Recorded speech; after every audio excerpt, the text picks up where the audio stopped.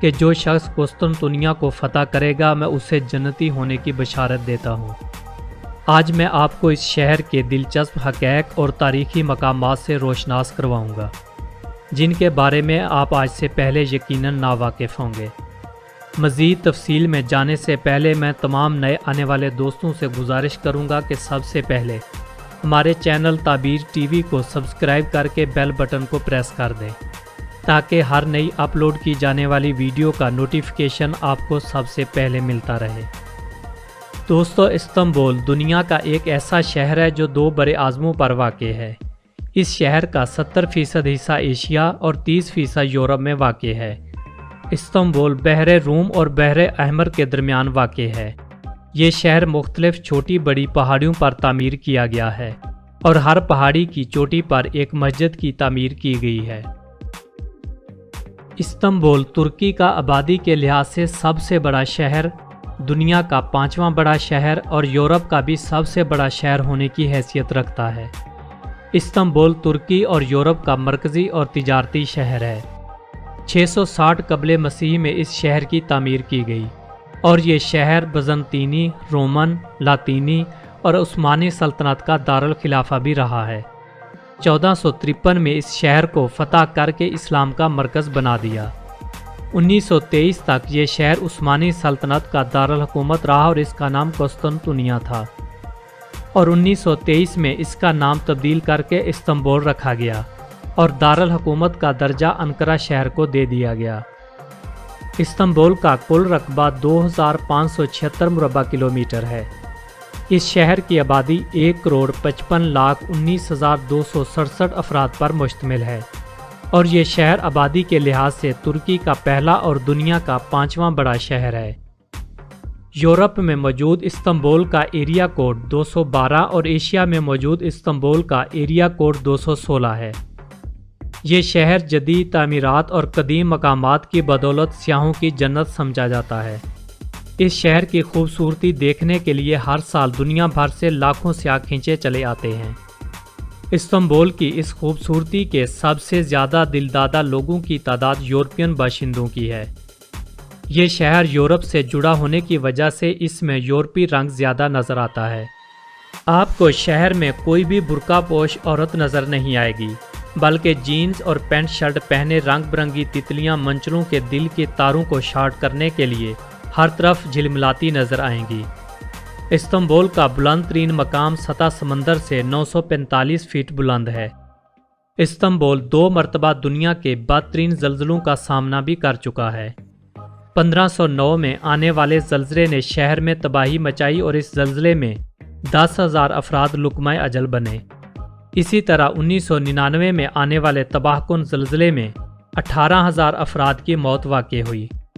کچھ ماہرین کا کہنا ہے کہ 2030 تک آنے والے زلزلے اس سے بھی تباہ کن ہو سکتے ہیں، جو پہلے آنے والے زلزلوں سے 60% زیادہ تباہی مچا سکتے ہیں۔ استنبول کی 89% آبادی شہری حدود میں مقیم ہے، جن میں 64.9% یورپی باشندے اور 35.1% ایشیائی لوگ شامل ہیں۔ یہ شہر آبادی کے لحاظ سے دنیا کا 5واں شہری علاقوں کے طور پر 24واں اور میٹرو ایریا کے حساب سے 18ویں نمبر پر آتا ہے۔ ترکی میں استنبول آبادی میں سالانہ شرح کے حساب سے پہلے نمبر پر ہے، جبکہ دوسرے اور تیسرے نمبر پر الجیر اور انقرہ ہیں۔ نسلی اعتبار سے اس شہر میں کرد، آرمینی، یونانی، اسپینی اور کئی دیگر ممالک سے ہجرت کر کے آئے ہوئے لوگ رہائش رکھے ہوئے ہیں۔ استنبول میں سب سے زیادہ تعداد سنی مسلمانوں کی ہے، جبکہ دیگر مذاہب میں عیسائی اور یہودی بھی شامل ہیں۔ استنبول تجارتی اور کاروباری مرکز ہونے کی وجہ سے ملکی ترقی میں اہم کردار ادا کرتا ہے۔ اس کی اہم پیداوار میں زیتون کا تیل، تمباکو، گاڑیاں اور الیکٹرانکس کی مختلف اشیاء شامل ہیں۔ استنبول کی سیاحت بھی ملکی ترقی میں اہم جز سمجھی جاتی ہے۔ ہر سال لاکھوں سیاحوں کی آمد ملکی ترقی میں مثبت کردار ادا کرتی ہے۔ اس شہر میں کم و بیش 17 تاریخی محل، 64 مساجد اور 49 گرجا گھر شامل ہیں۔ یہ شہر ہر سال ملکی آمدنی میں $30 ملین کا اضافہ کرتا ہے۔ استنبول ترکی کے سب سے قدیم اسپورٹس کلبوں کا گھر سمجھا جاتا ہے۔ شہر میں والی بال، موٹر سائیکل ریس، کشتی رانی اور جہاز رانی جیسے کھیل بہت زیادہ مقبول ہیں۔ استنبول میں 2 انٹرنیشنل ایئرپورٹ موجود ہیں جہاں سے اندرون ملک اور بیرون ملک پروازیں چلائی جاتی ہیں۔ اتا ترک ایئرپورٹ شہر کے مرکز سے 24 کلومیٹر دور مغرب میں واقع ہے، جبکہ سبیہا انٹرنیشنل ایئرپورٹ شہر کے مرکز سے 45 کلومیٹر کی دوری پر واقع ہے۔ یہ ایئرپورٹ دنیا کے 30 مصروف ترین اور مقبول ایئرپورٹس میں شامل ہے۔ 1453 میں قائم کی جانے والی استنبول یونیورسٹی شہر کا قدیم ترین تعلیمی ادارہ ہے۔ 1773 میں قائم ہونے والے استنبول ٹیکنیکل یونیورسٹی دنیا کی تیسری قدیم ترین یونیورسٹی ہے۔ استنبول میں ترکش، جرمن، انگریزی اور فرانسیسی زبانیں بہت زیادہ بولی جاتی ہیں۔ استنبول میں قائم رابرٹ کالج 1863 میں ایک امریکی کرسٹوفر رابرٹ نے تعمیر کروایا تھا، جو آج بھی اپنی تعلیمی خدمات فراہم کرنے میں صف اول کے تعلیمی اداروں میں شمار ہوتا ہے۔ استنبول میں لٹریسی ریٹ 96.17% ہے۔ موسمی اعتبار سے استنبول میں دھند کا راج کافی زیادہ ہوتا ہے۔ 2 سمندروں کے درمیان ہونے کی وجہ سے آب و ہوا میں نمی کا تناسب زیادہ ہوتا ہے۔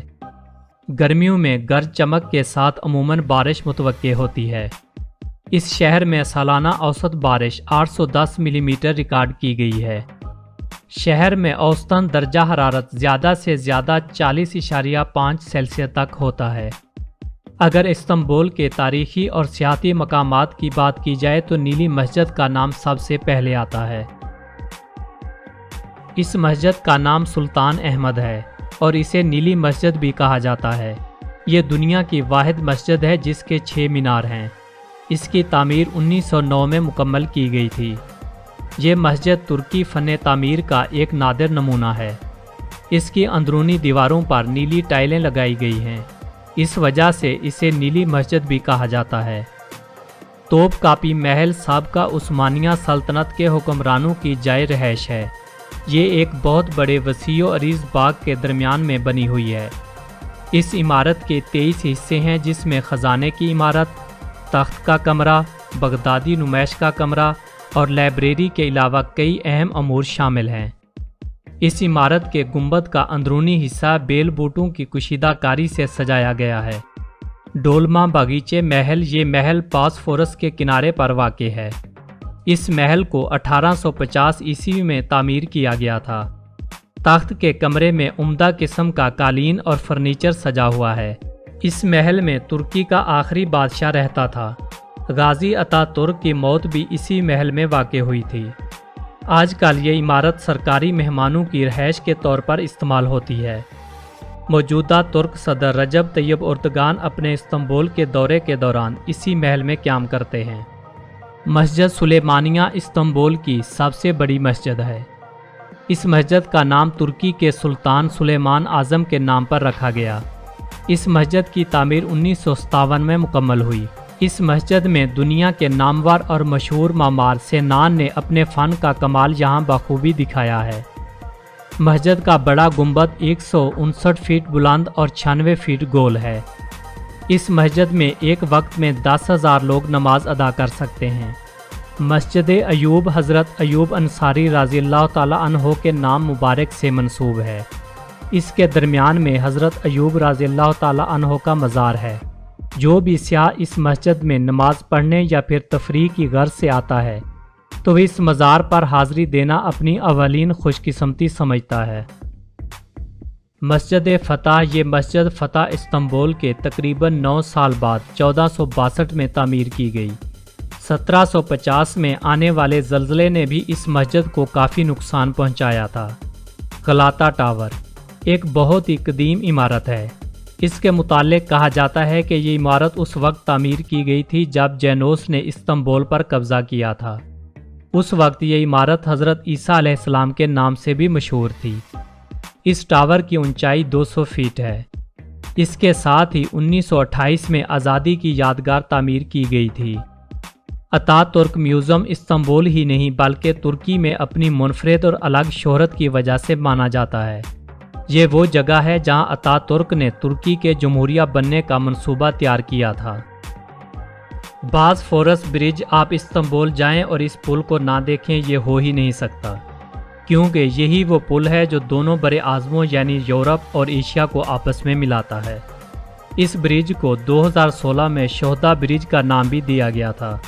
اس پل کی تعمیر 1973 میں مکمل ہوئی اور اس کی لمبائی 1 میل ہے۔ استنبول کے تفریحی اور تاریخی مقامات میں ایک منفرد نام آیا صوفیہ ہے۔ آیا صوفیہ وہ مقام ہے جو 1000 سال تک دنیا کا سب سے بڑا گرجا گھر رہا ہے، اور 1453 میں قسطنطنیہ فتح کرنے کے بعد عثمانی ترکوں نے اسے مسجد میں تبدیل کر دیا، اور 1935 میں کمال اتا ترک نے اسے عجائب گھر بنا دیا۔ یہ دنیا کی قدیم ترین عمارتوں میں سے ایک ہے۔ اس عمارت کا شمار بھی دنیا کے عالمی ثقافتی ورثہ میں ہوتا ہے۔ گرینڈ بازار دنیا کا سب سے بڑا بازار ہے، جو تقریباً 3000 مربع فٹ میں واقع ہے۔ اس بازار میں کم و بیش 5000 دکانیں ہیں، جن میں 50% ایسی دکانیں ہیں جو 5ویں صدی عیسوی میں بنائی گئی تھیں۔ اس بازار میں روزانہ 3 لاکھ لوگ آتے ہیں، اور آپ کو یہاں پر شاپنگ کرنے کے لیے ترکی کے علاوہ یورپین ممالک کی چیزیں بھی خریدنے کو مل سکتی ہیں۔ اس بازار کو دیکھنے کے لیے آپ کو ایک دن پورا اسی بازار میں گزارنا پڑے گا۔ ان مقامات کے علاوہ بھی استنبول میں بہت سے پارکس، گرجا گھر اور محل موجود ہیں، جو سیر و سیاحت کے شوقین لوگوں کو اپنی طرف متوجہ کرتے ہیں۔ اگر زندگی میں کبھی آپ کا ترکی جانا ہوا تو استنبول شہر کی سیر ضرور کیجیے گا، کیونکہ انسانوں اور قدرت کے بنائے ہوئے شاہکار اور دل فریب مقامات آپ کے منتظر رہتے ہیں۔ دوستو، یہ تھی استنبول کے بارے میں ایک خوبصورت اور دلچسپ حقائق پر مبنی ویڈیو، جو یقیناً آپ کو پسند آئی ہوگی۔ ویڈیو کو واٹس ایپ اور ود دیٹ میں اپنا یہ وزٹ کا ختم کرتا ہوں۔ Bon voyage to you. For any more information go to my video channel Mind Benders 172 for more knowledge videos, and subscribe and push the bell button later on. You can see other informative videos and detailed information on the channel stated. ٹھیک ہے جی، یہاں آپ کو اور بھی detail مل جائے گی۔